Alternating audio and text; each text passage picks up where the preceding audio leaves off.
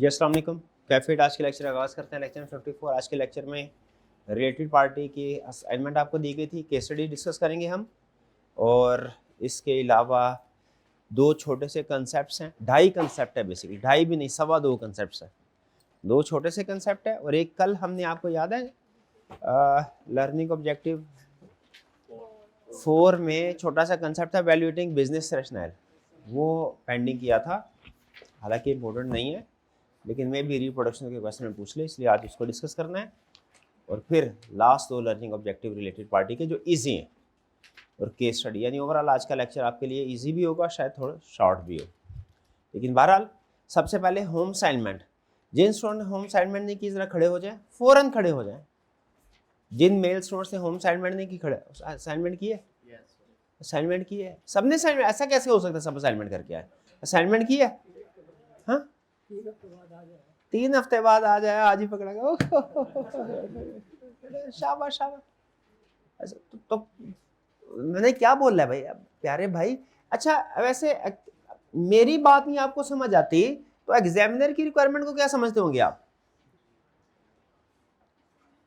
Exam में question की requirement समझ आ जाती है आपको, तो मेरी बात क्यों नहीं समझ आती? मैं मुश्किल भाषा में बात करता हूं और एग्जामिनर आसान अल्फाज में बात करता है, इस वजह से उसकी बात समझ आ जाती है हमें। जी बैठ से भाई, बैठ से, असाइनमेंट करके आया करें। डिस्कशन स्टार्ट करें जी। कल एक क्वेश्चन हमने क्लास में ही डिस्कस कर लिया था। बेसिकली हमने ये सीखा था कि किस तरीके से वो रिलेटेड पार्टी की केस स्टडी में अमूमी तौर पे मल्टीपल रिस्क को इंक्लूड करता है। और हमने ये देखा था कि इसमें कॉमन ट्रैप किया एग्जामिनर का मल्टीपल रिस्क इंक्लूड करता है और स्टूडेंट उसमें से कोई एक तो आइडेंटिफाई कर लेते हैं और समझते हैं कि हमने क्वेश्चन बहुत अच्छे तरीके से अटेम्प्ट कर लिया, और दूसरा रिस्क ओमिट हो जाता है।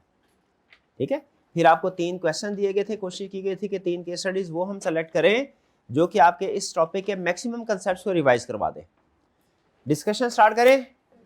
क्वेश्चन 5, सबसे पहले क्या करना है, requirement evaluate the related party transaction. कह रहा है रिलेटेड पार्टी ट्रांजैक्शन को वैल्यूएट करें। उसने हमें ना चाहते हुए भी, अनजाने में मुझे लगता है कि ये बता दिया कि रिलेटेड पार्टी का टॉपिक। हालांकि अमूमी तौर पे अगर आप देखें तो 99% केसेस में वो क्या कहता है, इवैल्यूएट द अबव ट्रांजैक्शन, सिर्फ यही बनेगा। रिलेटेड पार्टी है कि मसला है, गोइंग कंसर्न का मसला है, सब्सिक्वेंट इवेंट का मसला है, फ्रॉड का मसला है, ये हमने खुद आइडेंटिफाई करना होता है। लेकिन इसमें रिलेटेड पार्टी ट्रांजैक्शन को अंडरलाइन कर लें, हमें कंफर्म हो गया रिलेटेड पार्टी का टॉपिक है। फिर इसके बाद next, can and suggest any 8 की audit procedure that your team should perform in this respect. और कोई से 8 प्रोसीजर बता दीजिए। अब ये प्रोसीजर किस पे डिपेंड करते हैं भला? कोई से भी प्रोसीजर बता दें? नहीं, जो इस केस स्टडी के अंदर उसने रिस्क आइडेंटिफाई करवाया होगा उससे रिलेटेड हमने प्रोसीजर बताने हैं। तो बताइए जरा कितनी तरह के रिस्क होते हैं? 4 तरह के। रिलेटेड पार्टी के हवाले से, स्पेसिफिकली रिलेटेड पार्टी के हवाले से रिस्क 4 तरह के। पहला रिस्क कौन सा? कैसी रिलेटेड पार्टी आइडेंटिफाई कर लें जो मैनेजमेंट ने आइडेंटिफाई नहीं की। दूसरा, related party with dominant influence. फिर transaction outside normal course of business. और fourth, transaction management asserts that transaction are on arm's length basis। तो यहां पे देखते हैं, अब हमने बेसिकली फैसला क्या करना है कि इसमें कौन से वाला रिस्क है, उस रिस्क से रिलेटेड प्रोसीजर हमने परफॉर्म करने हैं। और आपको पता ही है अमूमी तौर पे 2 तरह के रिस्क होंगे। अमूमी तौर पे 2 रिस्क बार बार पूछता है, कौन कौन से? असल कंपटीशन तो इन्हीं 2 रिस्क में है, बाकी 4 तो समझ लीजिए कि वो स्पेसिफिकली जब बोलेगा डोमिनेंट इन्फ्लुएंस, स्पेसिफिकली जब बोलेगा कि ट्रांजैक्शन आर्म लेंथ बेसिस, फिर हम उनको डिस्कस करते हैं। ज्यादातर जो आईकैप टेस्टिंग करता है वो कौन से वाले रिस्क का, चारों में से कौन से वाले रिस्क की करता है? पहले 2। तो प्रोबेबिलिटी, हाई प्रोबेबिलिटी इन्हीं 2 रिस्क की होगी। लेकिन बहरहाल हमने क्वेश्चन की स्टेटमेंट से डिसाइड करना है, अंदाजा नहीं लगाना खुद से। During the audit of Sirar Limited, your audit team observed that CL has sold one of its freehold land to Maple Private Limited at a loss of ₹10 million।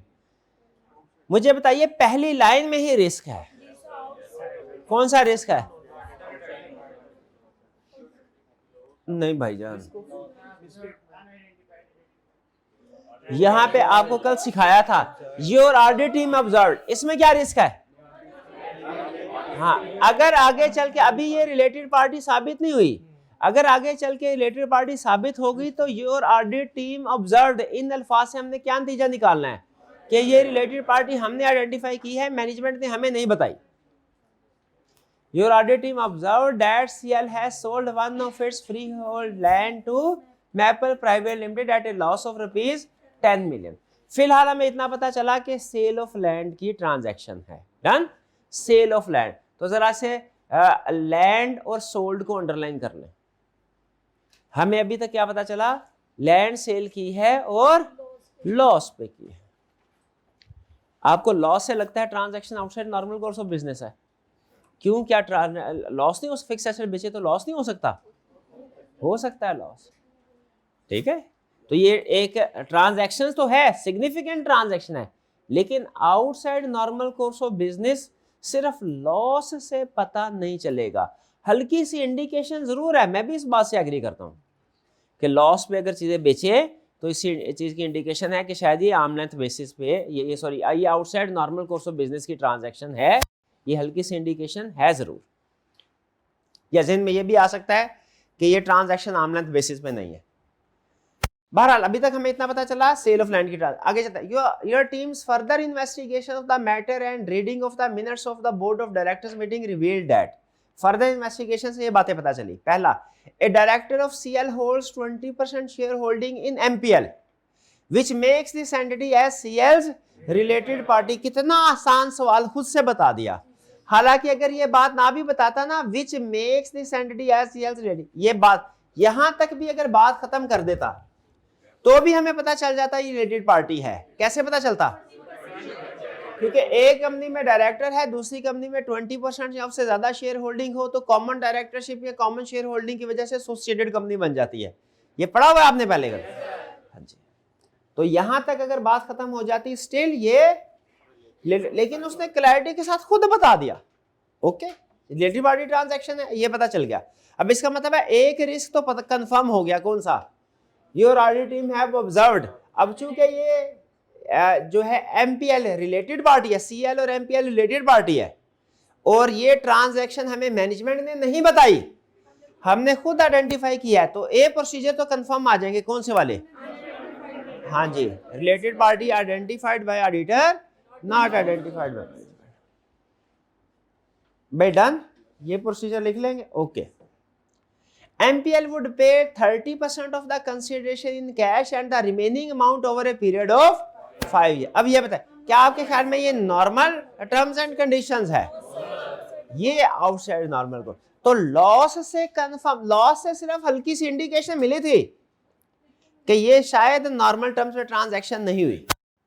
Loss पे हल्की सी इंडिकेशन, कंफर्म यहां से हो गया।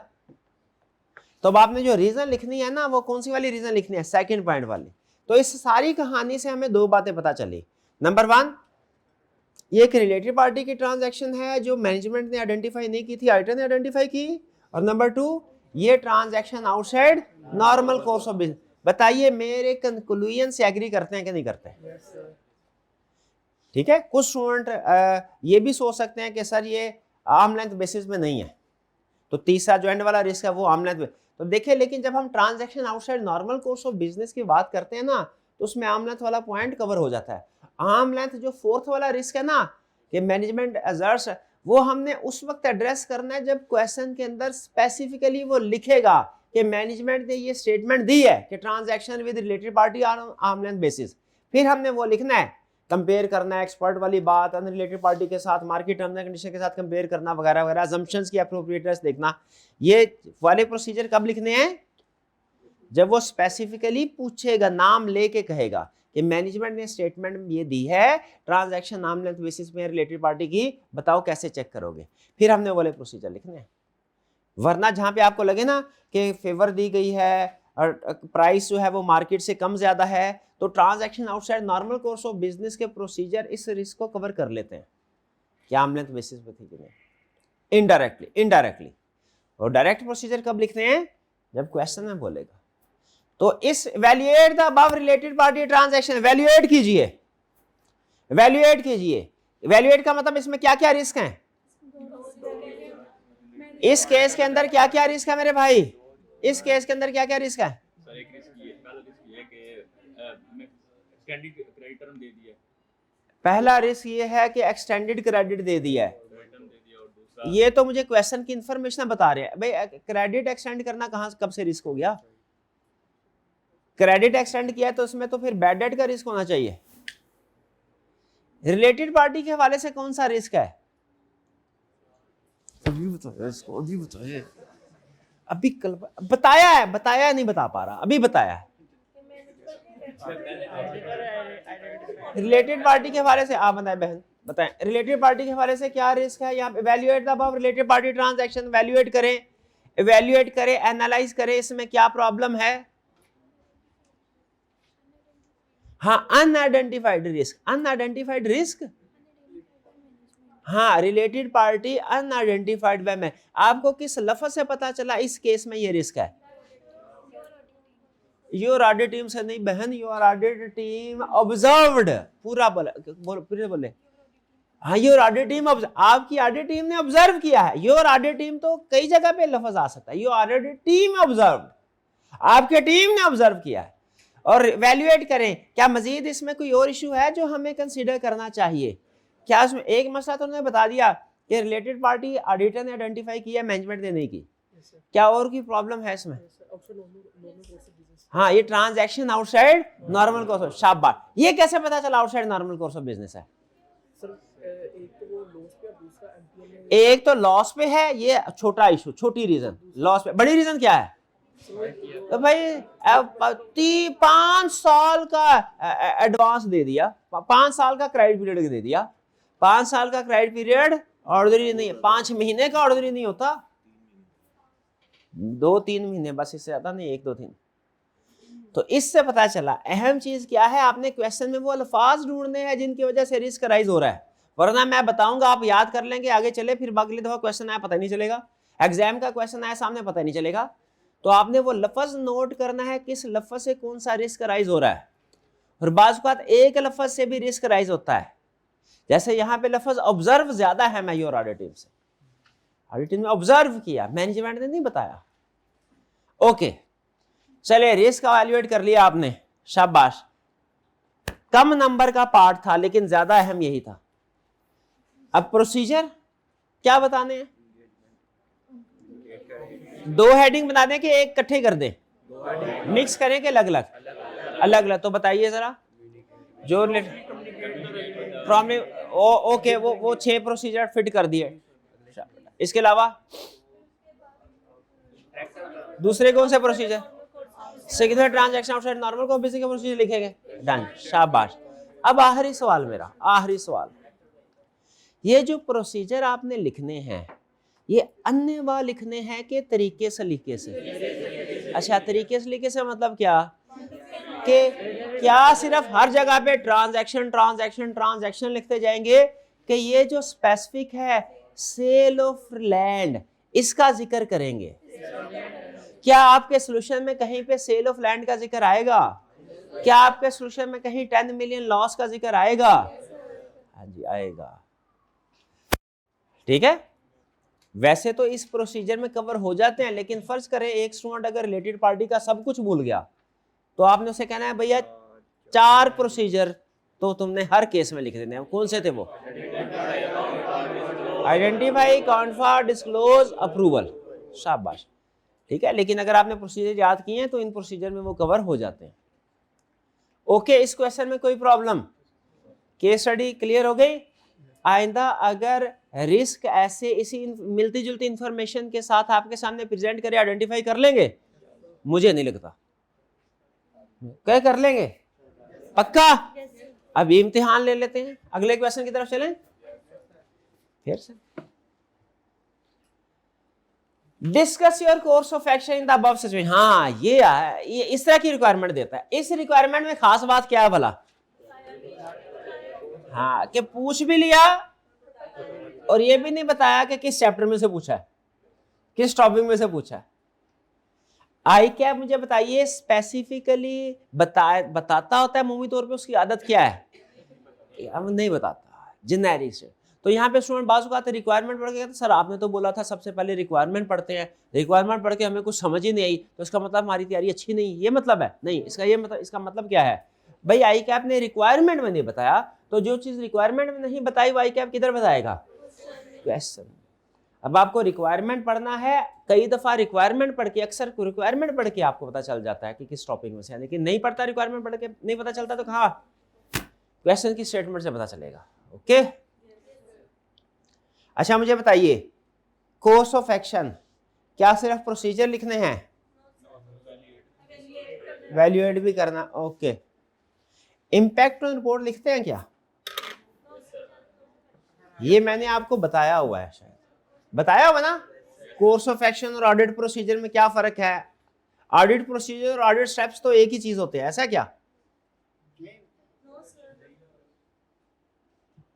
Requirement के अंदर अगर उसने लिखा स्टेप्स बताइए ऑडिटर क्या परफॉर्म करेगा, और लिखा प्रोसीजर, तो ये फर्क है या एक चीज है, क्या फर्क है, एक मैंने कभी बताई हुई है ये बात पहले आपको, नहीं बताई हुई, खुदा का खौफ करे, मुकर जाया करे, लिख लें steps is equal to procedures.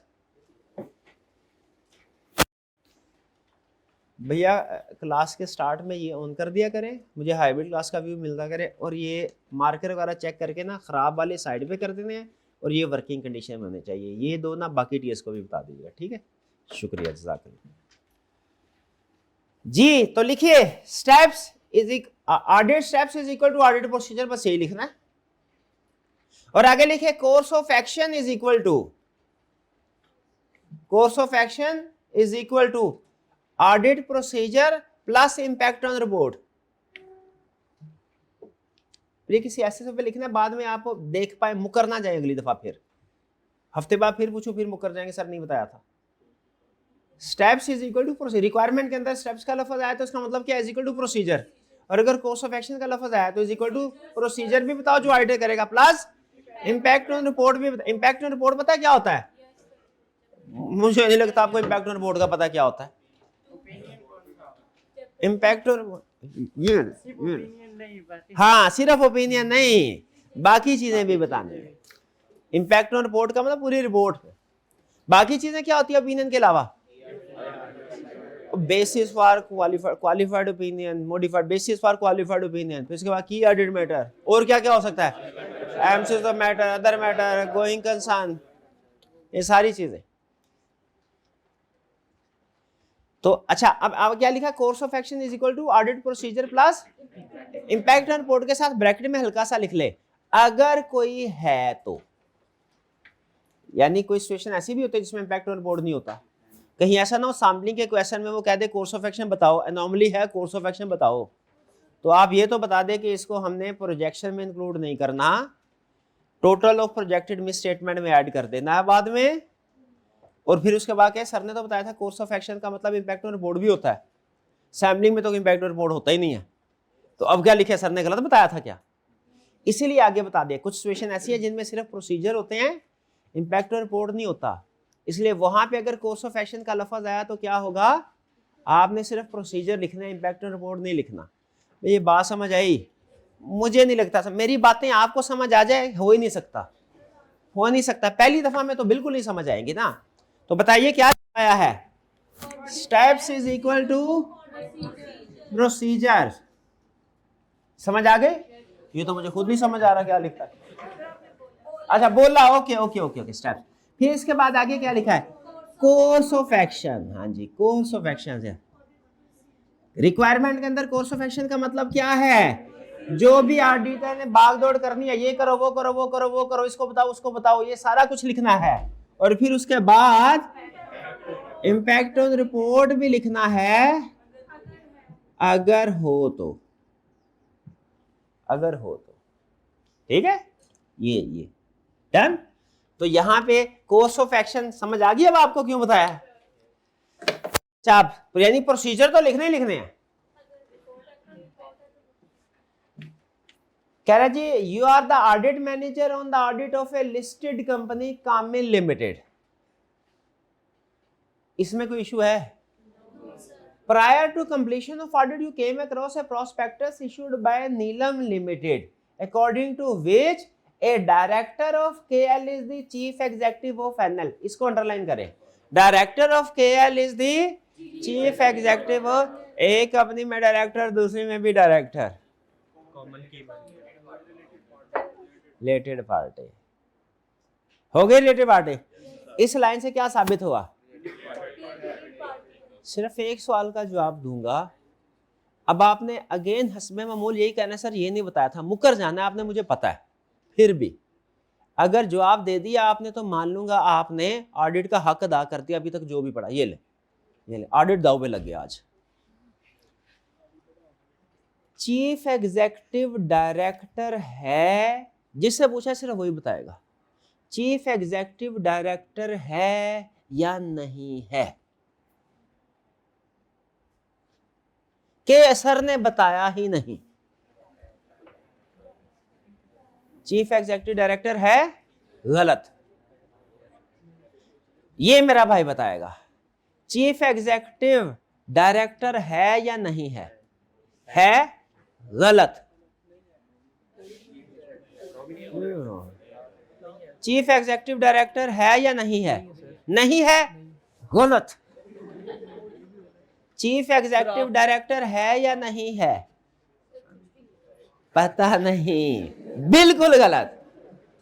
Chief executive director है या नहीं है गलत।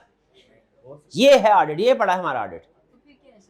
हाँ फिर क्या है, ये सुने, लॉ के मुताबिक चीफ एग्जीक्यूटिव डायरेक्टर है, लेकिन ऑडिट के मुताबिक, ऑडिटिंग स्टैंडर्ड्स के मुताबिक चीफ एग्जीक्यूटिव डायरेक्टर नहीं है, मैनेजमेंट का हिस्सा है। ये बताया था कि नहीं बताया था? चीफ एग्जीक्यूटिव मैनेजमेंट का हिस्सा है ISS के मुताबिक, ऑडिटिंग स्टैंडर्ड्स के मुताबिक, और लॉ के मुताबिक चीफ एग्जीक्यूटिव डायरेक्टर्स का हिस्सा है। अब चूंकि ये जो एसोसिएटेड कंपनी की डेफिनेशन लॉ से हम लेते हैं, क्या हमारे सिलेबस में लॉ के कुछ कंसेप्ट अप्लाई होते हैं? बिल्कुल अप्लाई होते हैं। एक तो पूरा चैप्टर है जो हमने अभी छोड़ा हुआ, जो हमने अभी, याद है ना, वो लीगल रिक्वायरमेंट चैप्टर कौन सा था? 3 था।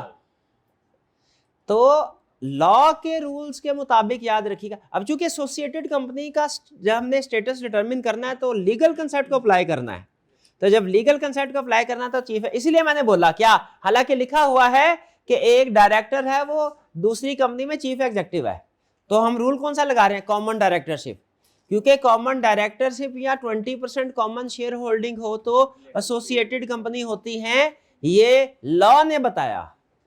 और सारी एसोसिएटेड कंपनी रिलेटेड पार्टीज होती हैं, ये हमें लॉ ने भी बताया, ऑडिटिंग स्टैंडर्ड ने भी बताया। तो इसलिए लिखा क्या हुआ है कि एक डायरेक्टर दूसरी कंपनी में चीफ एग्जीक्यूटिव है। मैं पढ़ क्या रहा हूं, एक डायरेक्टर दूसरी कंपनी में भी डायरेक्टर है। क्यों? लॉ में। हाँ, तो हम जो एसोसिएटेड कंपनी के बारे में फैसला करते हैं तो लॉ की डेफिनेशन, लॉ आपने पढ़ा है कंपनी लॉ, उसके अंदर सबसे बड़ी डेफिनेशन किसकी है भला, किस चीज की है? सबसे बड़ी डेफिनेशन रिलेटेड पार्टी और एसोसिएटेड कंपनी। ठीक है, तो बताइए क्या ये रिलेटेड पार्टीज हो गई कि नहीं हो गई? एक कंपनी का डायरेक्टर दूसरी का, वैसे तो ये मैंने लीगल डेफिनेशन पता नहीं क्यों मेरे ज़हन में आया तो मैंने पूछ लिया। अगर आप कॉमन सेंस भी अप्लाई करें ना, रिलेटेड पार्टी, आपको पता है इन्फ्लुएंस वाली बात, तो उसमें भी ये दोनों रिलेटेड पार्टी साबित हो जाते हैं। इसको अंडरलाइन करें। इस लाइन से क्या साबित हुआ? एक कंपनी में डायरेक्टर दूसरी में चीफ एग्जीक्यूटिव, कॉमन डायरेक्टरशिप हो गया, शाबाश। ये क्या हो गया? Related party. However, the name of NL was not included in the list of related parties provided by KL. लेकिन उसका नाम रिलेटेड पार्टी की लिस्ट में शामिल नहीं था। वो आप स्किप भी कर गए हो ना, तो यहाँ पे उसने रिलेटेड पार्टी का लफ्ज लिख दिया, इससे पता चल गया कि भैया ये केस स्टडी किस चैप्टर की है।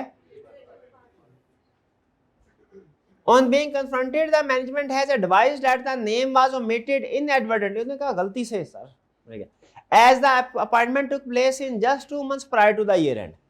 इसलिए कि ईयर एंड से 2 महीने पहले अपॉइंटमेंट हुई है।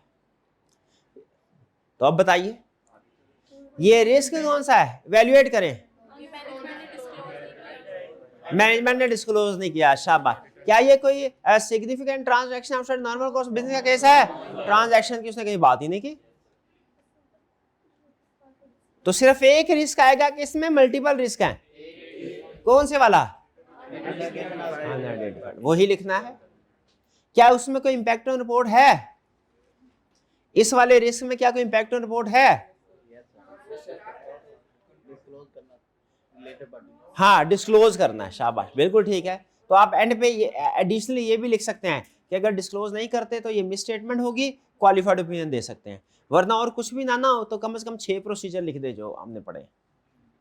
ओके, 6 प्रोसीजर के बाद अगर हो सके तो इंपैक्ट ऑन रिपोर्ट भी लिख दे। और इंपैक्ट ऑन रिपोर्ट क्या होगा कि ये जो रिलेटेड पार्टी मैनेजमेंट ने डिस्क्लोज नहीं की थी ना, अब हमने कर लिया है, इसको फाइनेंशियल स्टेटमेंट्स में इंक्लूड होना चाहिए। इंक्लूड नहीं होगी तो मिस स्टेटमेंट है, क्वालिफाइड ओपिनियन देंगे। हो सके तो इंपैक्ट ऑन रिपोर्ट भी लिख दे, क्योंकि लफ्ज कोर्स ऑफ एक्शन में प्रोसीजर भी लिखते हैं और इंपैक्ट ऑन रिपोर्ट भी लिखते हैं। ये बात समझ आई? तो फिर मुझे बताएं, मेरा भाई 2 सवाल पूछूंगा। ये भाई ने अगर इन 2 सवालों का सही जवाब दे दिया ना, दोनों का, फिर लेक्चर आगे चलेगा, वरना लेक्चर इधर ही बंद, इधर ही खत्म, क्योंकि पढ़ाए का कोई फायदा नहीं होगा मेरे। पहला सवाल मेरा, कोर्स ऑफ एक्शन, जब ऑडिट की केस स्टडी की रिक्वायरमेंट में लफ्ज कोर्स ऑफ एक्शन लिखा होता है, इसका मतलब क्या होता है? शाबाश, प्रोसीजर भी बताने हैं और इफेक्ट ऑन रिपोर्ट भी बताना है, अगर रेलिवेंट हो उस कंसेप्ट में। शाबाश। दूसरा सवाल, चीफ एग्जीक्यूटिव डायरेक्टर है कि मैनेजमेंट? जी, ऑडिट में क्या नहीं है? हाँ, ऑडिट में डायरेक्टर, ऑडिट के कंसेप्ट में ऑडिटिंग स्टैंडर्ड्स के मुताबिक चीफ एग्जीक्यूटिव मैनेजमेंट है, और लॉ के कंसेप्ट के मुताबिक तो हमारे सिलेबस में दोनों कंसेप्ट, लॉ के भी कंसेप्ट। तो जब लॉ का कंसेप्ट अप्लाई कर रहे होंगे तो मैं इसे क्या बोला करूंगा? डायरेक्टर। और नॉर्मल ऑडिट में हम इसे मैनेजमेंट, यानी नॉर्मल ऑडिट में ये मैनेजमेंट का हिस्सा बनेगा। कभी जब लॉ का कंसेप्ट आएगा तो फिर डायरेक्टर। क्लियर जी? क्वेश्चन है, इसमें कोई प्रॉब्लम? तो बताइए, क्या मेन इशू इसमें आपने आइडेंटिफाई कर लिया? मेन इशू क्या था? हाँ, ये मुझे तसल्ली हो गई कि मेन इशू आपने आइडेंटिफाई फौरी तौर पे कर लिया था। वो तो उसने खुद भी बता दिया था आपने क्या आइडेंटिफाई करना था, उसने खुद बता दिया। क्या बता दिया था? हाँ, लेकिन उसने इंफॉर्मेशन दी। कंक्लूजन पे तो आप ही पहुंचे ना, शाबाश, गुड है, शाबाश। कि क्या कंक्लूजन था? तीसरा और आखिरी सवाल, ये अगर आपने ठीक सॉल्व किया तो मान लूंगा रिलेटेड पार्टी के आप एक्सपर्ट हो गए। करें स्टार्ट? ओके, हाँ जी, पूछे क्या? Last 2 line, management had advised that, नहीं, मैनेजमेंट की एजर्शन नहीं है। रिलेटेड पार्टी में मैनेजमेंट की एजर्शन एक ही होती है, क्या भला? कि ट्रांजैक्शन नाम लेते बेसिस। ये मैनेजमेंट की स्टेटमेंट, उन्होंने कहा सर गलती हो गई, 2 महीने पहले अपॉइंटमेंट हुई थी इसलिए हम आपको बताना भूल गए।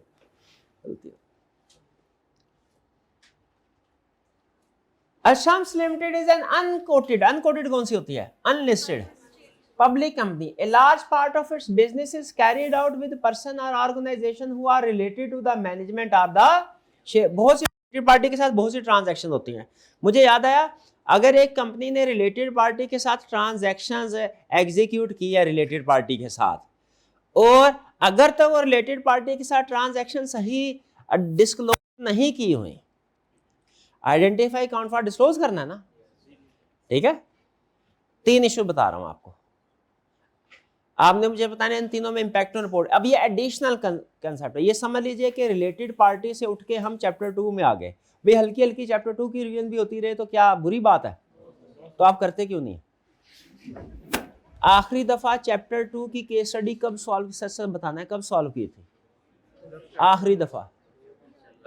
याद नहीं? सुभान अल्लाह, सुभान अल्लाह, याद भी नहीं। हाँ, आखिरी दफा वॉल्यूम चैप्टर 2 की केस स्टडी कब अटेम्प्ट की थी रिटर्न? जब असाइनमेंट मिली थी, सर आप ही असाइनमेंट देंगे तो हमने करना, वरना कुछ नहीं करना हमने। ऐसा है क्या? ऐसा नहीं है, आप प्रोफेशनल स्टूडेंट है। और उंगली पकड़ के कब तक चलेंगे वालदैन की? अभी भी वालदैन की उंगली पकड़ के चलते हैं। सुभान अल्लाह, सुभान अल्लाह।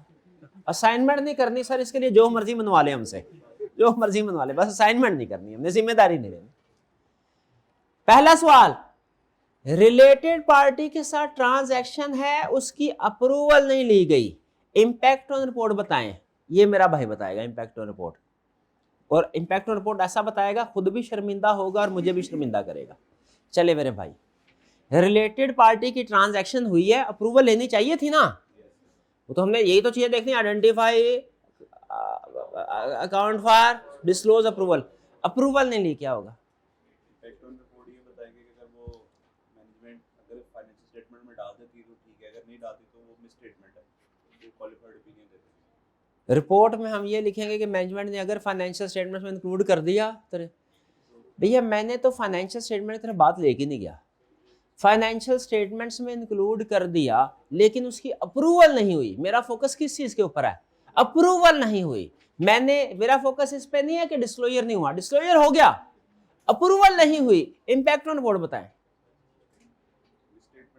और मिस स्टेटमेंट होगी। शाबाश, ये हुई ना बात, शाबाश शाबाश। कोई पूछे ना क्या कर रहे हो, आपने कहना मैं सीए कर रहा हूं।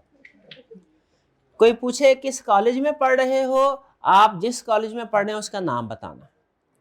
कोई पूछे किस टीचर से पढ़ रहे हो, कसम है मेरा नाम नहीं लेना, मेरा नाम नहीं लेना। अप्रूवल नहीं हुई, इम्पैक्ट ऑन रिपोर्ट बताए। अब कंट्रोल्स वीक हैं, वीकनेस मैनेजमेंट को कम्युनिकेट करना है हमने, और रिपोर्ट में इसका इफेक्ट नहीं आता, रिपोर्ट में इसका इफेक्ट हाँ, लेकिन अगर डिस्क्लोज ना हुआ तो फिर मिस स्टेटमेंट। लेकिन याद रखे, अगर जनरली कंट्रोल्स वीक हो ना रिलेटेड पार्टी पे, जनरली कंट्रोल, क्या जनरली कंट्रोल, तो फिर वो स्कोप लिमिटेशन बन जाती है, याद है? हाँ शाबाश। तो फिर से बताइए, अगर अप्रूवल नहीं ली गई रिलेटेड पार्टी की तो ये कंट्रोल वीकनेस है। नॉर्मली रिपोर्ट पे इफेक्ट इसका नहीं आएगा क्योंकि weakness in internal control report में डिस्कस नहीं होती। एग्रीड है। दूसरी बात, अगर रिलेटेड पार्टी थी, डिस्क्लोज नहीं किया, रिलेटेड पार्टी ट्रांजैक्शन थी, अप्रूवल हो गई है, पहले मैंने क्या बोला था? अप्रूवल नहीं, आपने कहा सर कंट्रोल वीकनेस है। ठीक है, कंट्रोल वीकनेस है। नॉर्मली कंट्रोल वीकनेस का रिपोर्ट में कोई इंपैक्ट नहीं होता, सिर्फ मैनेजमेंट को हम कम्युनिकेट कर देते हैं कि सर ये कंट्रोल वीक है।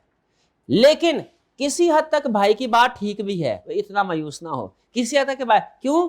क्योंकि रिलेटेड पार्टी के कंट्रोल्स अगर नॉर्मली वीक हो, जनरली वीक हो, तो फिर हमने स्पेशल केस पढ़ा भी हुआ है। वो क्या पढ़ा हुआ है कि अगर controls over related party weak होंगे ना, नॉर्मल कंट्रोल वीक होंगे, तो वीकनेस इंटरनल कंट्रोल्स का रिपोर्ट में इंपैक्ट नहीं आएगा। लेकिन अगर controls over related party weak हुए तो क्या होगा? वो स्कोप, क्योंकि आप रिलेटेड पार्टी का एविडेंस ऑब्टेन नहीं कर सकेंगे। शाबाश। अच्छा, अगर रिलेटेड अप्रूवल हो गई ट्रांजैक्शन की, फाइनेंशियल स्टेटमेंट में डिस्क्लोज नहीं किया उसको, अब क्या होगा? Miss statement. आगे चले, अगर इफेक्ट मटेरियल है तो क्वालिफाइड ओपिनियन, परवेसिव है तो एडवर्स ओपिनियन, और धक्का लगा के आपको आगे लेके जाए, और बेसिस। हाँ, आईटी क्या करेगा? Basis for qualified adverse opinion section में रेफर कर। ओके ठीक है। तीसरा केस, पहला आपने बता दिया कंट्रोल्स वीक हो, नॉर्मली रिपोर्ट में इंपैक्ट नहीं होगा, लेकिन controls over related party weak है तो स्कोप लिमिटेशन। दूसरे केस क्या पूछा आपसे? डिस्क्लोज नहीं हुआ, तो ये क्या है? Miss statement. क्वालिटेटिवली मटेरियल होती है रिलेटेड पार्टी ट्रांजैक्शन, तो क्वालिफाइड ओपिनियन। अगर हमें लगे परवेसिव है तो एडवर्स। डन। तीसरा केस, अप्रूवल भी हुई, डिस्क्लोज भी होगी ट्रांजैक्शन फाइनेंशियल स्टेटमेंट में, लेकिन ट्रांजैक्शंस की तादाद बहुत ज्यादा है। जैसे ये यहां पे मुझे इससे याद आया, जहां पे उसने कहा large part of business is carried out with person और organization that is related party. इससे मुझे कंसेप्ट याद आया कि अगर रिलेटेड पार्टी की तादाद बहुत ज्यादा हो तो तब क्या होगा, और वो अप्रूव भी हुई हैं, डिस्क्लोज भी हुई हैं। अब इंपैक्ट ऑन रिपोर्ट क्या होगा? है कोई माइका लाल जो बताए? भाई जो भी बताया उसे 100 रुपए इनाम देना है, 100 रुपया निकाल। कंट्रोल देखेंगे सर, कोई इफेक्ट नहीं आएगा क्योंकि कंट्रोल स्ट्रांग है और हाँ, कंट्रोल भी ठीक है, अप्रूवल हुई है, कंट्रोल स्ट्रांग है, और डिस्क्लोज किया फाइनेंशियल स्टेटमेंट में से, मिस स्टेटमेंट भी नहीं है। क्या? हाँ, स्कोप लिमिटेशन भी नहीं, क्योंकि कंट्रोल्स ठीक है। मिस स्टेटमेंट भी नहीं, क्यों? डिस्क्लोज दिया हुआ। अदर मैटर पैराग्राफ में, अदर मैटर पैराग्राफ, शाबाश, इसकी तलाशी लो, जितने भी पैसे हैं निकाल लो इसकी जेब में से। अदर मैटर पैराग्राफ की लिस्ट में देखिए, ये था रिलेटेड पार्टी वाला, ये था की ऑडिट मैटर में, की ऑडिट मैटर आएगा, की ऑडिट मैटर। तो इस सारी एग्जांपल से 3 सवाल पूछे मैंने कि अगर कंट्रोल्स वीक हो तो क्या होगा, अगर डिस्क्लोज नहीं किया तो क्या होगा, और अगर कंट्रोल्स भी स्ट्रॉन्ग है डिस्क्लोज भी किया तो क्या होगा। इसका जवाब क्या था? कंट्रोल्स अगर वीक है, normally weakness in internal control होती है, लेकिन रिलेटेड पार्टी के कंट्रोल्स वीक हो तो स्कोप लिमिटेशन। दूसरा सवाल क्या था? डिस्क्लोज नहीं किया, ये क्या है? Miss statement. तीसरा सवाल क्या था? कि कंट्रोल भी स्ट्रॉन्ग है डिस्क्लोज भी किया तो ये फिर क्या होगा? की ऑडिट मैटर की लिस्ट में पड़ा था रिलेटेड पार्टी।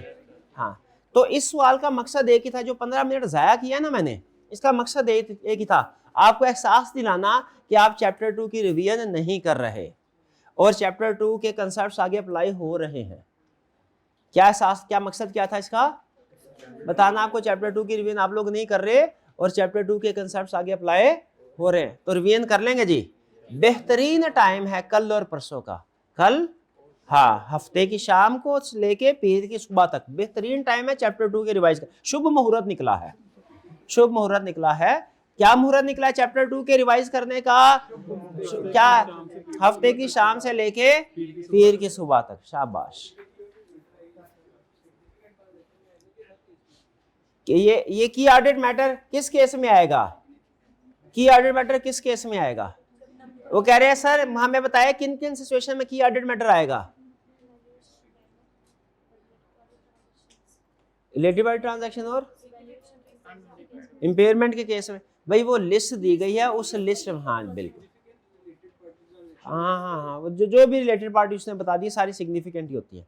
केस स्टडी के अंदर जो भी रिलेटेड पार्टी बता दे वो, क्योंकि हमने एक कंसेप्ट, शायद ये मैंने पढ़ाया नहीं, ऑफिशियली नहीं पढ़ाया आपको, लेकिन शायद आपको नहीं बल्कि क्वालिटेटिव मटेरियल में डिस्कस हुआ था कि related party transaction qualitatively material, ये बात बताई हुई है। हाँ, related party transaction qualitatively material. चलिए, तो ये क्या हुआ? Related party transaction. अच्छा, यहां इसको पढ़ के कोई रिस्क आइडेंटिफाई हो रहा है? एक कोई रिस्क नहीं, कोई जिक्र नहीं है।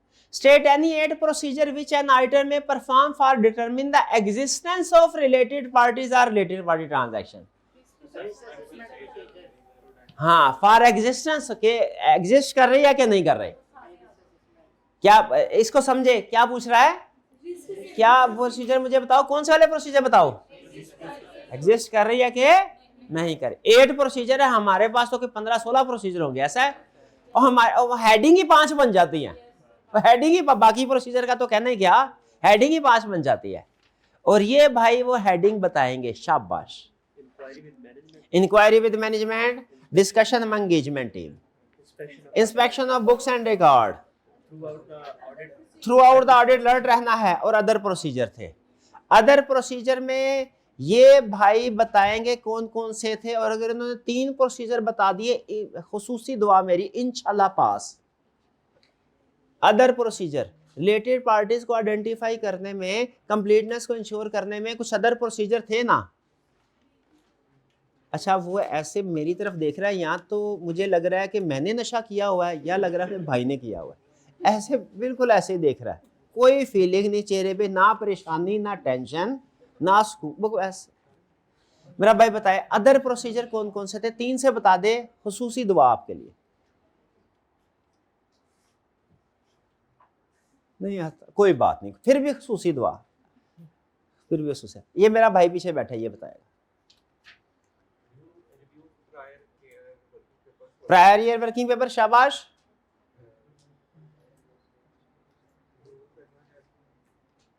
प्रायर ईयर वर्किंग पेपर को रिव्यू करना है, पहला प्रोसीजर। दूसरा, रिव्यू करना है प्रायर ईयर वर्किंग पेपर को।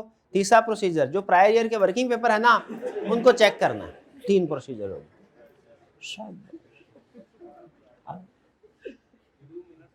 हाँ, मिनट्स ऑफ मीटिंग, शाबाश। किन की मिनट्स ऑफ मीटिंग? सिर्फ ये नहीं लिखा भाई, आप स्पेसिफिक क्यों नहीं? एक होता है जनरल प्रोसीजर, एक होता है specific procedure. General procedure 0 number, specific procedure full number. General procedure क्या है? Inspect minutes of the meeting, ये जनरल है। क्यों जनरल है भला? क्यों जनरल है? कौन सी मीटिंग है, कौन सी मीटिंग है, बताया ही नहीं। Inspect minutes of meetings of those charge with governance and key management, यह है स्पेसिफिक प्रोसीजर। तो send confirmation letter, full number के 0 नंबर, 0 क्यों बताया, जनरल बताया, स्पेसिफिक बताया नहीं। कंफर्मेशन किसको सेंड किया, send confirmation letter to a sample of debtors, ये क्या है, बताया ना डेटर्स को, वरना सेंड कंफर्मेशन पता नहीं बैंक को किया, लॉयर को किया, डेटर्स को किया है कि क्रेडिटर को किया है। जनरल प्रोसीजर और स्पेसिफिक प्रोसीजर में फर्क समझ आया है? ये जो आप बार बार कहते हैं drafting, sir drafting substantive, drafting का मतलब ये नहीं है कि आपको प्रोसीजर लिख के रटा लगवा दूं, ये असूल है, ड्राफ्टिंग के असूल होते हैं, असूल। तो ये ऑडिट के शुरू में लिखें, शुरू के में लिखें, लिखें असूल क्या, ये ऑनलाइन में स्टूडेंट्स आप लोग भी लिखें। General procedure is equal to 0 number, specific procedure is equal to full number.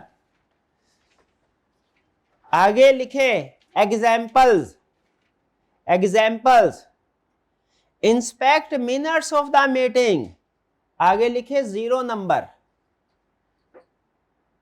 फिर नीचे लिखें inspect minutes of the meeting of those charged with governance and shareholders, आगे लिखें फुल नंबर, फुल नंबर। फिर नीचे मजीद लिखें दूसरी एग्जांपल क्या, सेंड कंफर्मेशन लेटर, आगे लिखे इज इक्वल टू 0 नंबर। क्यों भला 0 नंबर बताएं, जनरल है, जनरल प्रोसीजर 0 नंबर होंगे, स्पेसिफिक प्रोसीजर फुल नंबर होंगे, ठीक है जी। और आगे send confirmation letter to debtors, ये क्या है, फुल नंबर, क्योंकि ये स्पेसिफिक है, ठीक है। अच्छा बाज़ औक़ात ना फुल नंबर लेने के कुछ और असूल भी हैं, तो ये मैं सारे असूल नहीं बता रहा, अभी एक एक दो दो करके बताऊंगा ना असूल, ऐसे ही सारे। तो ये ना हो कि आप किसी को बताएं वो कहें वो ये तो सर गलत पढ़ा रहे हैं, ये तो एक असूल ये भी है, वो है, वो हमें पता भी है, ठीक है, लेकिन तरतीब से पढ़ा है। आजकल कुछ ज़रा अजीब से ट्रेंड चले हुए हैं, चले हर छोड़ें इसको। तो असल में स्टूडेंट क्या, स्टूडेंट की साइकी क्या, स्टूडेंट कहता है सर जी एक मुझे वो प्रोसीजर बता दे जो हर जगह पे फिट कर लो। हम कोशिश करते हैं ऐसे प्रोसीजर याद कर लें जो हर जगह पे फिट हो जाए, वही लिख ले। ऐसे प्रोसीजर के 0 नंबर होते हैं, अभी बता रहा हूँ। स्पेसिफिक प्रोसीजर लिखने हमने, जनरल प्रोसीजर नहीं लिखने, हर प्रोसीजर को स्पेसिफाई करना है। ये बात समझ आई कि नहीं आई? आज के लेक्चर में बाकी कुछ भी ना समझे, सारा कुछ भूल जाए, सिर्फ ये असूल भी याद रख लिया ना आपने कम से कम अगले 3 महीने तक, तो समझ लीजिए कि हक अदा हो गया आज की क्लास का। क्या भला, general procedure 0 number, specific procedure full number. और मैंने 2 एग्जांपल से आपको बता दिया कि जनरल और स्पेसिफिक में क्या फ़र्क है। बात समझ आ गई आपको? आगे आगे चलते हैं। तो हमने 8 प्रोसीजर, ठीक है, प्रोसीजर फिट कर देंगे, कर दिए। B, give 4 example of situation that may be indicative of dominant influence exerted by related party. इसमें सबसे अहम लफ्ज क्या है इस रिक्वायरमेंट के? Dominant influence. शाबाश, इससे पहुंच गए आप कंसेप्ट के ऊपर। कौन से वाले कंसेप्ट पे? तो इंडिकेशंस क्या है? क्या related party with dominant influence के माथे पे लिखा होगा ये related party with dominant influence है, कि कुछ निशानियां होंगी? हाँ, निशानियां क्या क्या होंगी? फाउंडर होगा, करंटली मैनेज कर रहा होगा, वीटो पावर होगी, बिजनेस में फाइनल अप्रूवल के लिए इसके पास जा रहे हैं, इसके प्रपोजल को कोई इंडिपेंडेंटली रिव्यू नहीं कर रहा। हाँ जी बिल्कुल, ये तो अच्छा, अब आपने नोट किया, एक और बात आपके साथ शेयर करना चाहता हूँ। ये तकरीबन क्वेश्चन खत्म हो गए, 2 छोटे से कंसेप्ट है, अभी 10-15 मिनट में लेक्चर खत्म हो सकता है, करना नहीं है, अभी लटकाना है मैंने इसको, क्योंकि आज चैप्टर हमारा कंप्लीट हो जाएगा और अगला चैप्टर मैं स्टार्ट नहीं करना चाह रहा, कल फ्रेश माइंड के साथ स्टार्ट करेंगे, ठीक है। लेकिन मैं चाहता हूँ काम की चीज़ें भी आपको साथ साथ बताता हूँ जो इस चैप्टर से रिलेटेड नहीं है। जैसे सब्सटेंटिव प्रोसीजर का एक बड़ा सुनहरी असूल आपको लिखवा दिया, ठीक है। उसी तरह एक और बात, वो रिलेटेड पार्टी के हवाले से, क्लियर होगी ये बात? अच्छा मुझे ये बताइए, सवाल मेरा बिल्कुल सादा, देखिए सवाल सादा है, उसका जवाब भी मुझे सादा ही चाहिए। क्या ये केस स्टडी है या नहीं?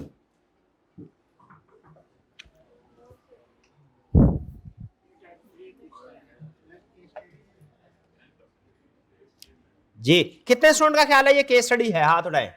कितनों का ख्याल है ये केस स्टडी नहीं है? सुने, इंफॉर्मेशन को देखें तो लगता है केस स्टडी है, रिक्वायरमेंट को देखें तो केस स्टडी, ये सिर्फ इस हद तक केस स्टडी है कि आप पे इंफॉर्मेशन को पढ़ के उस रिस्क के साथ लिंक करना, बस इस हद तक केस स्टडी है। जब एक दफा सही रिस्क लिंक हो गया ना, कि आप पूछ रहा है कंसेप्ट सही लिंक हो गया, कौन सा कंसेप्ट पूछ रहा है, उसके बाद जो प्रोसीजर है वो रिप्रोडक्शन ही है। ये पिक कर रहे हैं? तो मैं इस तरह के क्वेश्चन को कहता हूं कि बजाहिर केस स्टडी लग रही है, लेकिन असल में ये रटे वाला सवाल है। एग्री करते हैं कि नहीं? और ये आपको याद होगा मैंने रिलेटेड पार्टी स्टार्ट में बता दिया था, जब आगाज हो रहा था इस चैप्टर का, कि इसमें हाँ जी वो लगेगा केस स्टडी होगी। ये बताइए सवाल, केस स्टडी के रिप्रोडक्शन, हाँ बजाहिर केस स्टडी, इंफॉर्मेशन के तक बजाहिर केस स्टडी, लेकिन असल में लिखना क्या है? जस्ट एनी की। ये ऑडिट प्रोसीजर कौन से वाले हैं? वही जो याद किए हुए, नहीं समझे? तो आपने इसको केस स्टडी नहीं कैटेगराइज करना है इस तरह के सवाल को, जिसमें आपने सिर्फ कंसेप्ट को लिंक करना होता है और उसके बाद बाकी सारी चीजें वही लिखनी है जो कि याद किए हुए। हाँ एक थोड़ा सा पॉइंट, लिखनी तरीके से है, यानी जो प्रोसीजर लिखने हैं वो थोड़े तरीके से लिखने हैं, लेकिन सारे वही होंगे 7 8 6 7 8 जो आपने याद किए होंगे। भाई ये बात समझ आई? तो अगर आपसे कोई पूछे कि रिलेटेड पार्टी वाले चैप्टर में से किस तरह के सवाल आते हैं, केस स्टडी आती है कि रिप्रोडक्शन, आप क्या बोलेंगे? बज़ाहिर केस स्टडी, लेकिन असल में रिप्रोडक्शन। केस स्टडी सिर्फ इस हद तक है 1 2 नंबर की, क्या कि आपने लिंक करना है कि रेलिवेंट कंसेप्ट कौन सा। डन जी? चले ये तो निमट गया। असाइनमेंट ये थी? ओके अब चलते हैं आगे। नेक्स्ट 2 कंसेप्ट है इम्प्लीकेशन और ये तो बातों में, ये जो आपसे 3 सवाल पूछे थे ना, ये इसको सामने रख के बोला। आपको लगा ऐसे ही बस सर कहीं के कहीं निकल जाते हैं, ऐसे बोला? कभी कभी हो भी जाता है ऐसे, लेकिन आज ऐसे नहीं था। ये मेरे जहन में कंसेप्ट था पढ़ाना, इसलिए वो रिफ्रेश। देखे क्या समझ आया? Ineffective control over related party. Normally controls weak हो, इनइफेक्टिव हो, तो क्या करते हैं? वीकनेस इन इंटरनल कंट्रोल है, मैनेजमेंट को कम्युनिकेट करेंगे, लेकिन रिपोर्ट में इंपैक्ट नहीं होगा। लेकिन एक रेयर सिचुएशन है कि रिलेटेड पार्टी के कंट्रोल्स वीक हो, तो क्या होता है? सफिशिएंट एप्रोप्रिएट एविडेंस नहीं होगा, स्कोप लिमिटेशन होगी, इफेक्ट मटेरियल है तो क्वालिफाइड ओपिनियन, परवेसिव है तो डिस्क्लेमर ओपिनियन। और अगर डिस्क्लोजर ठीक नहीं दिया गया,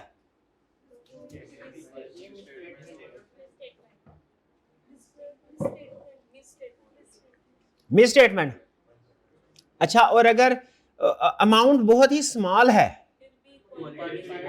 हाँ रिलेटेड पार्टी में याद रखें, किसी ट्रांजैक्शन में अमाउंट स्मॉल भी होना, आपने धोखा नहीं खाना। वो related party transaction qualitatively material होती है, देखिए लिखा हुआ है। तो डिस्क्लोजर नहीं दिया तो मिस स्टेटमेंट, अगर इफेक्ट मटेरियल है तो क्वालिफाइड, और परवेसिव है तो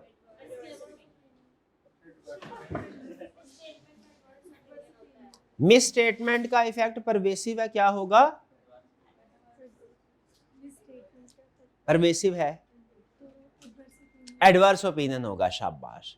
और अगर मिस स्टेटमेंट का इफेक्ट इमटेरियल है, हाँ जी क्वालिफाइड, सुभान अल्लाह सुभान अल्लाह। ऑडिट के जनाजे का ऐलान जुम्मे की नमाज के बाद किया जाएगा। अच्छा नहीं, ये नहीं कहना चाहते थे इमटेरियल, ये कहना चाहते थे कि मटेरियल। ओके वो आगे पीछे कोई बात नहीं, ठीक है। ये मेरा भाई बताएगा। रिलेटेड पार्टी ट्रांजैक्शन में के कंटेक्स्ट में सवाल पूछ रहा हूं। इफेक्ट मटेरियल है, मिस स्टेटमेंट, डिस्क्लोजर नहीं दिया था, इफेक्ट मटेरियल है तो क्वालिफाइड ओपिनियन, इफेक्ट परवेसिव है तो एडवर्स, शाबाश, और इफेक्ट इमटेरियल है तो गलत। हाँ, इमटेरियल रिलेटेड पार्टी का इफेक्ट कभी इमटेरियल नहीं, स्मॉल भी हो अगर मिस स्टेटमेंट क्वालिटेटिवली। भाई बात समझ आ रही है? ये आपके कंसेप्ट को बार बार हिला क्यों रहा हूं, आपको कंफ्यूज करने के लिए क्या नहीं, तैयार करने के लिए कि आई कैप इस लेवल पे टेस्टिंग कर रहा है, इस तरीके से टेस्टिंग कर रहा है।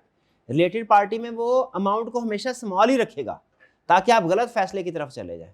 भाई क्लियर? बात समझ आ रही है क्या समझाना चाह रहा हूं?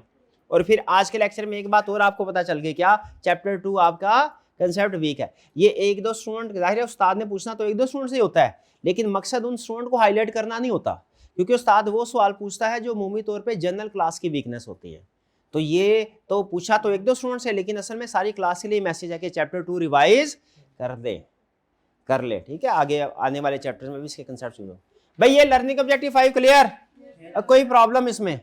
कोई प्रॉब्लम नहीं। देखिए एग्जाम टिप में भी देखिए उसने यही बात बताई हुई है, ठीक है? इस लर्निंग ऑब्जेक्टिव की एग्जाम टिप में भी यही बात बताई हुई है। आगे चले, नेक्स्ट, ये तो निपट गया। Representation about related parts. अच्छा, ये रिप्रेजेंटेशन क्या होती है भला?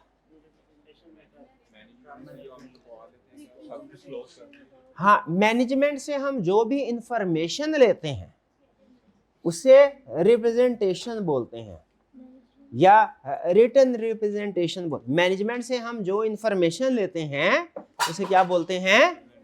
रिप्रेजेंटेशन।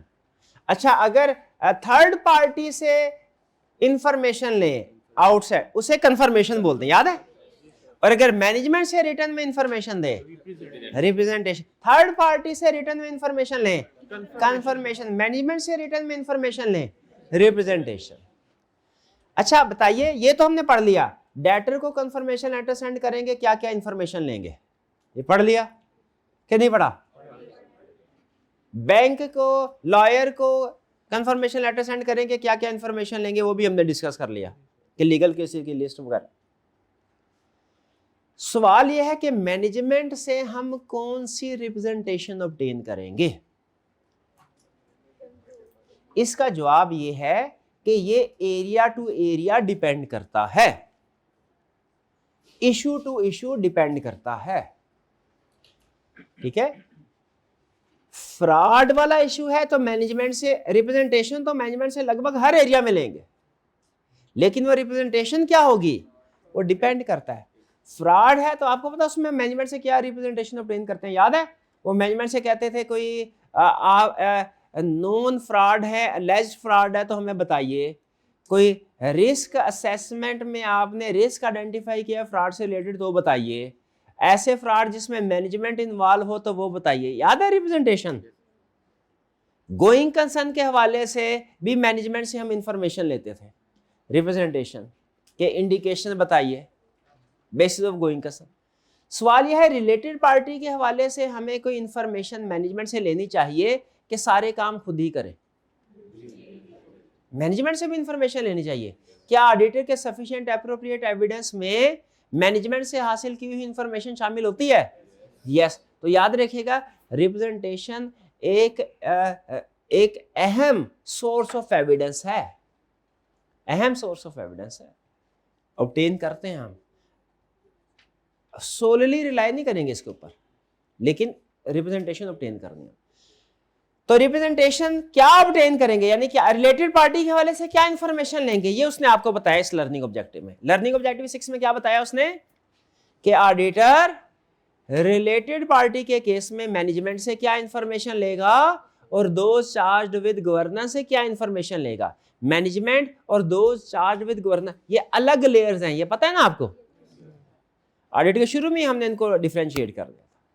तो मैनेजमेंट से क्या क्या इंफॉर्मेशन लेंगे, बहुत आसान कह रहा है auditor must obtain written representation from management confirming, कौन सी मैनेजमेंट हमें बताओ, क्या बताओ कि कंफर्म करो क्या कि all related party relationship and transaction known to management have been disclosed to auditor. क्या आपके जितने भी रिलेटेड पार्टी रिलेशनशिप थे और जितनी उनके साथ ट्रांजैक्शन थी ऑडिटर को बता दी है। मैनेजमेंट हमें कंफर्म करो लिख के कंफर्म। एक था मैं एक जगह पढ़ा था, एक साइकोलॉजिकल ट्रिक था, बता रहे थे साइंस ऑफ साइकोलॉजी। आप अगर कोई बंदा आपके साथ मजाक कर रहा हो ना, नॉन सीरियस हो, आपने सिर्फ एक सवाल पूछना है, वो सीरियस हो जाएगा। सवाल क्या पूछना है? आपका नाम क्या है? तजर्बा करके देख लीजिएगा, ठीक है। कोई नॉन सीरियस बंदा एटीट्यूड, आप उससे सिर्फ ये पूछते हैं नाम, वो सीरियस हो, ऐसे लगता है जैसे पता नहीं उसका नाम नोट करके उसके खिलाफ कोई केस फाइल करेंगे, कहीं कंप्लेन करेंगे, ऐसे है सिर्फ नाम पर, हालांकि क्योंकि इरादा ना भी हो। उसी तरह एक और रिसर्च है, पर्सन अगर आपको स्टेटमेंट दे रहा हो ना, आप उसे सिर्फ इतना कह दें, लिख के दे दो, तो वो क्या होगा, वो थोड़ा सा लिखने से हिचकिचाएगा। आप देखें, आप नॉर्मल डेली लाइफ में बहुत सी बातें बोलते हैं, लेकिन अगर आज के दिन में आपने 100 बातें बोली ना और आपसे कहा जाए लिख के दो, तो आप उनमें से शायद 2 या 3 लिख के देंगे, बाकी आप डरेंगे कि ये बात मुझे लिख के नहीं है, क्योंकि वो थोड़ा सा जो बात रिटर्न में आ जाती है ना, वो थोड़ा मुकरना उससे मुश्किल हो जाता है। इसलिए याद रखें, रिप्रेजेंटेशन का कंसेप्ट भी यही है कि हम मैनेजमेंट से रिटर्न फॉर्म में वो इंफॉर्मेशन लिखवा रहे होते हैं, ताकि मैनेजमेंट सीरियस होके हमें लिख के दे के वाकई ही मैनेजमेंट के ख्याल में ये चीजें ऐसे चल रही हैं। तो मैनेजमेंट से हम रिप्रेजेंटेशन ऑब्टेन क्या कर रहे हैं? हालांकि हम खुद से रिलेटेड पार्टी ढूंढने के प्रोसीजर परफॉर्म कर चुके होंगे, क्या हम अपने प्रोसीजर ऑलरेडी परफॉर्म नहीं किए हुए? लेकिन एंड पे मैनेजमेंट से भी लिखवा रहे हैं, कंफर्म करवा रहे हैं रिटर्न में। क्या कंफर्म करवा रहे हैं? ए मैनेजमेंट, हमें कंफर्म करो कि आपने सारे रिलेटेड पार्टी रिलेशन ट्रांजैक्शन में बता दिया, छुपाए नहीं है, ठीक है, ताकि मैनेजमेंट एक दफा लिख के देने से पहले थोड़ा सा हिचकिचाए, सोचे कि वाकई कोई पार्टी रह तो नहीं गई। और these relationship and transaction have been appropriately accounted for and disclosed in accordance with applicable financial reporting framework। ये दोनों बज़ाहिर एक ही बात लग रही है, लेकिन असल में फर्क है। इसमें कह रहा है कि सारी related party relationship transaction auditor को बता दिया है, और इसमें क्या बोल रहा है? फाइनेंशियल स्टेटमेंट्स में इंक्लूड कर दिया, फाइनेंशियल स्टेटमेंट्स में इंक्लूड कर दिया। फर्क समझ आ रहा है दोनों? और दो शावी गवर्नर से क्या इंफॉर्मेशन लेंगे भला? यहां पे कह रहा है अगर रिलेटेड पार्टी है और ट्रांजैक्शन नहीं है, उसको भी डिस्क्लोज करना, ठीक है, उसके बारे में भी रिप्रेजेंटेशन ऑब्टेन करनी है। फिर दो शावी गवर्नर से क्या पूछना है? क्या दो शावी गवर्नर से भी सेम रिप्रेजेंटेशन ऑब्टेन करनी चाहिए कि डिफरेंट? इससे क्या है? In addition to representation from management item obtain return representation from दो शावी governors where those shall be governors have approved specific related party transaction that materially affect the financial।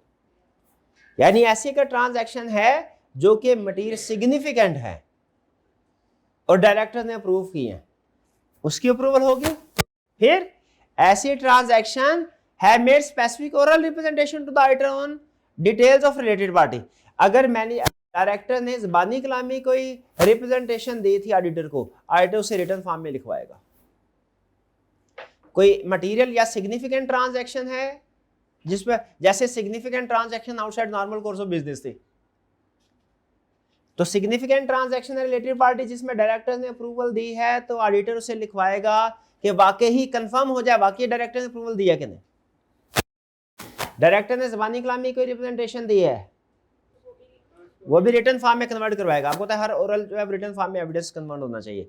दो शाबी governance है फाइनेंशियल, अगर किसी transaction में director का interest है, जैसे वो disclosure of director interest law में कंसेप्ट होता था, तो उसकी भी खास तौर पे रिप्रेजेंटेशन डायरेक्टर से ऑब्टेन करनी है, ठीक है। तो ये बेसिकली आपको क्या बता रहा है इसमें कि मैनेजमेंट से तो रिप्रेजेंटेशन ऑब्टेन करनी ही करनी है, डायरेक्टर से भी आप रिप्रेजेंटेशन ऑब्टेन कर लें। क्यों भला? क्योंकि प्रैक्टिकली बाज़ औक़ात ऐसे होता है कि मैनेजमेंट की कोई ट्रांजैक्शन ऐसी हो कि जिनमें डायरेक्टर्स की अप्रूवल रिक्वायर्ड थी, लेकिन मैनेजमेंट ने डायरेक्टर्स को बताया ही नहीं। तो क्या रिप्रेजेंटेशन में डायरेक्टर्स को भी इन्वॉल्व करना बेहतर है? रिप्रेजेंटेशन ऑब्टेन करते हुए डायरेक्टर से भी रिप्रेजेंट ऑब्टेन करें, बिल्कुल, ताकि हमें एज ऑडिटर ये तसल्ली हो जाए कि रिलेटेड पार्टी के बारे में डायरेक्टर्स को भी पता है, मैनेजमेंट ने उनसे कोई रिलेटेड पार्टी छुपाई नहीं। अगर सिर्फ मैनेजमेंट से ही रिलेटेड पार्टी पे एविडेंस ऑब्टेन करना था रिप्रेजेंटेशन, तो चांसेस होते कि कुछ related party relationship transaction management ने डायरेक्टर से भी छुपाए हुए। तो डायरेक्टर्स के जरिए से हम ये चीज इंश्योर कर लेते हैं कि डायरेक्टर्स को रिलेटेड पार्टी का भी नॉलेज है और रिलेटेड पार्टी के ट्रांजैक्शंस का भी नॉलेज है। क्लियर? एक बड़ी कंपनी थी यूएसए की, उसमें सीईओ ने क्या किया था, सीईओ ने सीएफओ को साथ मिलाया अपने भाई की एक कंपनी खुलवाई और उसमें रॉ मटेरियल जो चाहिए था ना, हालांकि मार्केट से डायरेक्ट भी बाय कर सकते थे, लेकिन उस कंपनी ने क्या किया कि वो सीईओ सीएफओ के भाई को की कंपनी को ऑर्डर देते थे। वो भाई की इट सिर्फ किताबों में सिर्फ कंपनी थी, असल में नहीं थी। वो करता क्या था, मार्केट से वही चीज़ 50 रुपए की उठाई भाई की कंपनी ने, सीईओ के भाई की कंपनी ने, और कंपनी को 60 रुपए की बेच दी। वही चीज़ जो कि डायरेक्ट अगर हम मार्केट से उठाते तो 50 रुपए की मिल जाती। तो अब ये ट्रांजैक्शन चल रही थी, बताइए क्या ये रिलेटेड पार्टी ट्रांजैक्शन है? लेकिन डायरेक्टर्स को नहीं बताई थी उन्होंने ये ट्रांजैक्शन। क्यों डायरेक्टर को बताई? डायरेक्टर बोलते कि भैया जब सस्ती चीज अवेलेबल है मार्केट में तो महंगी पार्टी जो है महंगे दामों बेच रही है, उससे क्यों चीजें ले रहे हैं डायरेक्टर। अब बताइए इस तरह की जब ट्रांजैक्शन हो, रिलेटेड पार्टी की ट्रांजैक्शन है जिसमें डायरेक्टर की तरफ से अप्रूवल होनी चाहिए थी, क्या डायरेक्टर्स तक ये बात पहुंचनी चाहिए? बिल्कुल, हो सकता है मैनेजमेंट ने छुपाई हो। तो इस तरह की ट्रांजैक्शन डायरेक्टर को कम्युनिकेट करने के लिए उन्होंने रिप्रेजेंटेशन में डायरेक्टर्स को भी इंक्लूड कर दिया। डन जी। तो बताए अब कुछ समझ आई? रिटन रिप्रेजेंटेशन होती क्या है, कंसेप्ट समझ आया? ये क्या है रिटन रिप्रेजेंटेशन? हम मैनेजमेंट और डायरेक्टर 2-4 भी गवर्नर से रिटन फॉर्म में इंफॉर्मेशन कंफर्म करवाते हैं। और क्या एक ही एरिया के बारे में हम रिप्रेजेंटेशन ऑब्टेन करते हैं? नहीं, मल्टीपल एरियाज के बारे में हम मैनेजमेंट से इंफॉर्मेशन कंफर्म करवाते हैं। रिलेटेड पार्टी के हवाले से मैनेजमेंट से और डायरेक्टर से कौन कौन सी रिप्रेजेंटेशन ली जाती है, ये आपके सामने। डन। इस लर्निंग ऑब्जेक्टिव से रिप्रोडक्शन का क्वेश्चन पूछेगा सिर्फ, लर्निंग ऑब्जेक्टिव 6 में से सिर्फ रिप्रोडक्शन।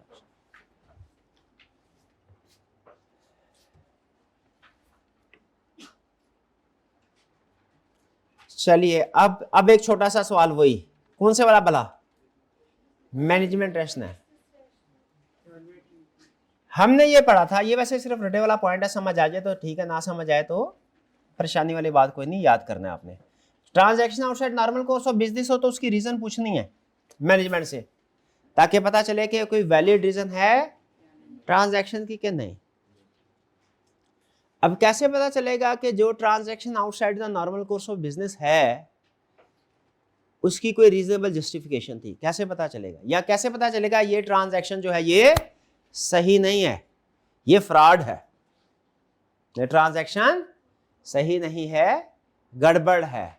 यानी related party transaction outside normal course of business हो तो उसमें रिस्क ऑफ फ्रॉड होता है ना, चांस होता है कि वो ट्रांजैक्शन फेक होगी, कोई फ्रॉड किया गया होगा। तो इस कंसेप्ट में बता रहा है कि आप कैसे इवैल्यूएट करेंगे ट्रांजैक्शन का कोई बिजनेस लॉजिक है, क्योंकि अगर ट्रांजैक्शन की बिजनेस लॉजिक हो तो वो जेन्युइन होती है, और अगर ट्रांजैक्शन की बिजनेस लॉजिक बिजनेस रीजन ना हो जेन्युइन नहीं होते। ठीक है, कहता है अगर इसमें क्या डिसाइड करना है आपने बिजनेस रैशनल, तो क्या करना है, देखना है ट्रांजैक्शन कहीं ओवरली कम्प्लेक्स तो नहीं है। ट्रांजैक्शन को अगर बिला वजह कम्प्लेक्स किया गया है तो समझ लीजिए ये ट्रांजैक्शन फ्रॉडुलेंट है। अनयूजुअल टर्म्स ऑफ ट्रेड तो नहीं है, अगर अनयूजुअल टर्म्स ऑफ ट्रेड है तो समझ आए क्या ये ट्रांजैक्शन फ्रॉडुलेंट है। क्या कोई बिजनेस रीजन लॉजिकल ट्रांजैक्शन है? अगर कोई इलॉजिकल सी ट्रांजैक्शन है जिसकी कोई वैलिड रीजन नहीं है, जैसे जो है बिला वजह ट्रांजैक्शन जो सेल किया और फिर बाद में रीपरचेज भी कर लिया, जिसकी कोई बिजनेस लॉजिक नहीं है, भाई अगर वापस ही लेना था तो बेचा क्यों, तो ये फ्रॉडुलेंट ट्रांजैक्शन हो सकती है। अगर कोई प्रीवियसली अनआइडेंटिफाइड रिलेटेड पार्टी थी किसी ट्रांजैक्शन में, यानी ऐसी रिलेटेड पार्टी के साथ ट्रांजैक्शन कर रहे हैं जो आइडेंटिफाई नहीं की हुई, तो फ्रॉडुलेंट हो सकती हैं। और अगर कोई ट्रांजैक्शन अनयूजुअल मैनर में प्रोसेस की गई है तो वो ट्रांजैक्शन क्या है, फ्रॉडुलेंट हो सकती है। तो इस कंसेप्ट के अंदर इसने हमें क्या बताया, और अगर मैनेजमेंट ने डायरेक्टर से अप्रूवल नहीं ली ट्रांजैक्शंस की, फ्रॉडुलेंट। तो इवैल्यूएटिंग बिजनेस रैशनल का मतलब क्या है कि रिलेटेड पार्टी के साथ जो ट्रांजैक्शन है outside normal course of business के जो ट्रांजैक्शन है, हमने देखना है क्या उनकी कोई रीजनेबल जस्टिफिकेशन है या नहीं है। इन फैक्टर से पता चलेगा। अगर तो रीजनेबल जस्टिफिकेशन हो तो गुड, और अगर रीजनेबल जस्टिफिकेशन नहीं हो तो वो फ्रॉडुलेंट ट्रांजैक्शन होगी। ये फैक्टर मुझे बताएं, क्या बता रहे हैं कि इन चीजों की वजह से बिजनेस रैशनल होगा कि नहीं होगा? नहीं होगा। क्या इन फैक्टर की वजह से ट्रांजैक्शन फ्रॉडलेंट होगी या नहीं होगी? होगी।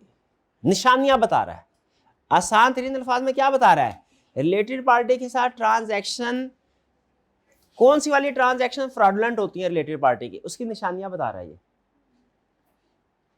डन। ये था हमारा आज का लेक्चर। आज के लेक्चर में जरा सम अप करते हैं क्विकली, क्योंकि हमने छोटी छोटी चीजें काफी की हैं। ठीक है, कोई एक बड़ा कल का लेक्चर में तो एक बड़ा कंसेप्ट था ना हमारा, आज का लेक्चर कैसे डिफरेंट है कल के लेक्चर से, छोटी छोटी काफी चीजें की है।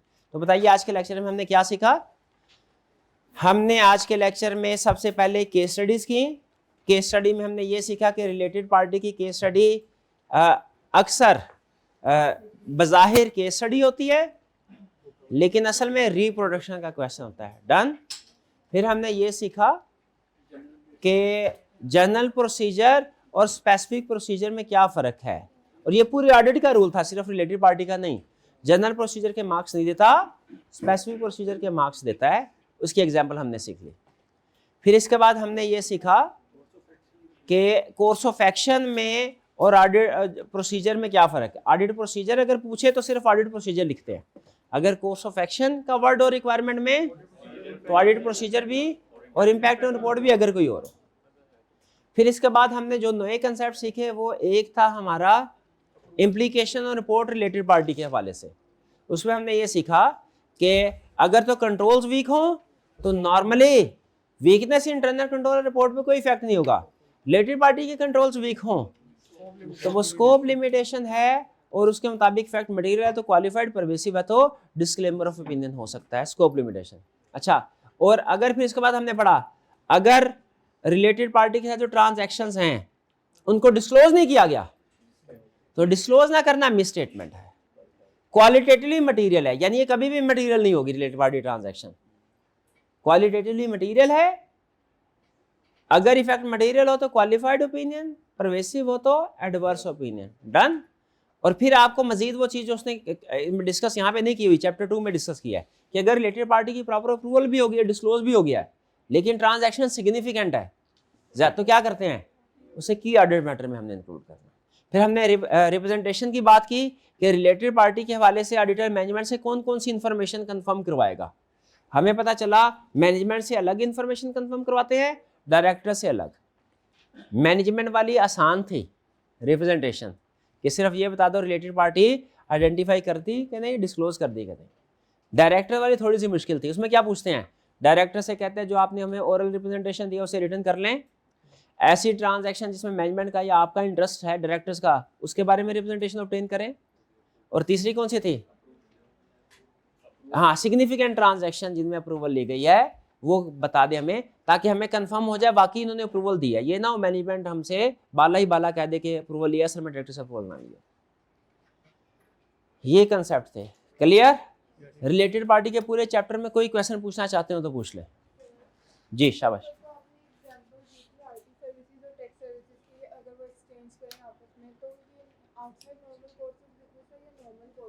हाँ शाबाश। क्वेश्चन ये है कि अगर एक ग्रुप के अंदर दो डिफरेंट कंपनीज एसोसिएटेड या होल्डिंग सब्सिडरी, वो एक दूसरे को सर्विस प्रोवाइड कर रही हैं, लेकिन सर्विस प्रोवाइड कर रही हैं बगैर कोई फीस चार्ज किए, क्या ये normal transaction, related party transaction है? ये तो कंफर्म है, ये तो कंफर्म है। Outside normal course of business है या नहीं? है। Without consideration outside normal course of business होगी हमेशा।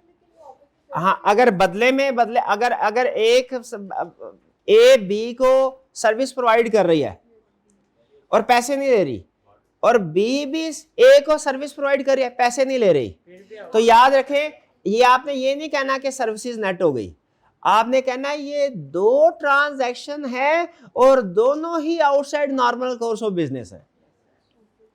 ठीक है? इसकी क्लासिक एग्जांपल क्या है, एक दफा आईसीडब्ल्यू की एक छोटी सी एक नंबर की केस स्टडी थी छोटी सी, उसने कहा 100 मिलियन से रेवेन्यू भी ओवरस्टेटेड है, मिलता जुलता सवाल था, 100 मिलियन से कॉस्ट ऑफ सेल्स भी ओवरस्टेटेड है, net gross profit, operating profit, net profit, assets liability same है, मिस स्टेटमेंट है या नहीं? इसका जवाब था एक नहीं दो मिस स्टेटमेंट है। हर लाइन आइटम को अलग ठीक होना चाहिए, सेल्स भी गलत है, कॉस्ट ऑफ सेल्स भी। तो अगर ए ने बी को विदाउट कंसीडरेशन सर्विस प्रोवाइड की, बी में ए को भी विदाउट कंसिडरेशन। तो याद रखें ये नेट नहीं होंगी, ये दो अलग ट्रांजैक्शन है और दोनों ही outside normal course of business है। और कोई question? Statement of conflict of interest on no charge governance or representation regarding financial interest of a related party to अच्छा, ये दोनों बिल्कुल इन्होंने पूछा कि sir statement of conflict of interest ये, और दूसरा फाइनेंशियल इंटरेस्ट, इसको एक्सप्लेन। इन दोनों की एक ही एग्जांपल है। आपने शायद कंपनी लॉ में पढ़ा होगा डिस्क्लोजर ऑफ डायरेक्टर्स इंटरेस्ट, कि डायरेक्टर्स का अगर किसी कॉन्ट्रैक्ट में इंटरेस्ट हो तो उसकी वोटिंग या अप्रूवल प्रोसेस में वो पार्टिसिपेट नहीं करेगा। ये लॉ ने बताया। क्यों नहीं पार्टिसिपेट करा? क्योंकि कन्फ्लिक्ट ऑफ इंटरेस्ट होता है, इसलिए कि जिस ट्रांजैक्शन में उसका इंटरेस्ट है अगर वो खुद उसको प्रूव करेगा ना, तो वो ट्रांजैक्शन में चूंकि इंटरेस्ट है तो वो कोशिश करेगा कि उससे बायस हो जाएगा, उससे ज्यादा फायदा हो। इसीलिए इसको कहते हैं conflict of interest. Conflict of क्या है कि कंपनी का फायदा हो और आपका नुकसान हो, यह है कन्फ्लिक्ट ऑफ इंटरेस्ट। या आपका फायदा हो, कंपनी का नुकसान हो, यह है कन्फ्लिक्ट ऑफ। अगर डायरेक्टर की एक कंपनी है, उससे मेन कंपनी डायरेक्टर के बिजनेस से चीजें खरीदना चाहती है, तो क्या उस डायरेक्टर को जिसका बिजनेस है वोटिंग प्रोसेस में पार्टिसिपेट करना चाहिए? नहीं, क्योंकि करेगा तो उसकी कोशिश होगी रेट ज्यादा से ज्यादा लगे। ज्यादा से ज्यादा रेट लगेगा तो डायरेक्टर के बिजनेस को तो फायदा होगा, सेल बढ़ेगी, लेकिन कंपनी को ऐसी सिचुएशन को कहते हैं कन्फ्लिक्ट ऑफ इंटरेस्ट। आगे लॉ क्या कहता है, और यहां पे भी क्या बात कि अगर किसी ट्रांजैक्शन में कन्फ्लिक्ट ऑफ इंटरेस्ट हो तो डायरेक्टर की जिम्मेदारी है वो डिस्क्लोज करेगा। ठीक है। और फिर हमने रिप्रेजेंटेशन भी ऑब्टेन करनी है डायरेक्टर की कि सर बताइए किसी ट्रांजैक्शन में आपका फाइनेंशियल इंटरेस्ट तो नहीं है, ताकि अगर जिन ट्रांजैक्शन में क्यों पूछ रहे हैं हम, जिन ट्रांजैक्शन में डायरेक्टर का फाइनेंशियल इंटरेस्ट होगा उनको फिर हम डबल स्केप्टिसिज्म के साथ चेकिंग करेंगे उनकी। समझ आई कुछ बात? तो कन्फ्लिक्ट ऑफ इंटरेस्ट जो है ना, डायरेक्टर्स का कन्फ्लिक्ट ऑफ इंटरेस्ट, इसका कंसेप्ट कंपनी लॉ के डिस्क्लोजर ऑफ इंटरेस्ट के साथ मिलता है। और कोई क्वेश्चन? अगर कंपनी लॉ आपने नहीं पढ़ा हुआ ना, तो आपने पार्टनरशिप तो पढ़ी होगी, उसमें भी कंसेप्ट था कि पार्टनर का अगर किसी ट्रांजैक्शन में इंटरेस्ट हो तो उन्हें फुल इंफॉर्मेशन डिस्क्लोज करनी है। ठीक है, वो भी यही कंसेप्ट था, क्योंकि इसमें कन्फ्लिक्ट ऑफ इंटरेस्ट होता है। डन? तो मुझे जरा देख के बताइए, क्या ये रिलेटेड पार्टी वाला चैप्टर सारा डिस्कस कर लिया? कोई कंसेप्ट रह तो नहीं गया इसमें? पक्का? चलिए कल इंशाल्लाह फिर नया चैप्टर स्टार्ट करेंगे नेक्स्ट। आज का लेक्चर यहाँ खत्म करते हैं हम। अल्लाह हाफिज।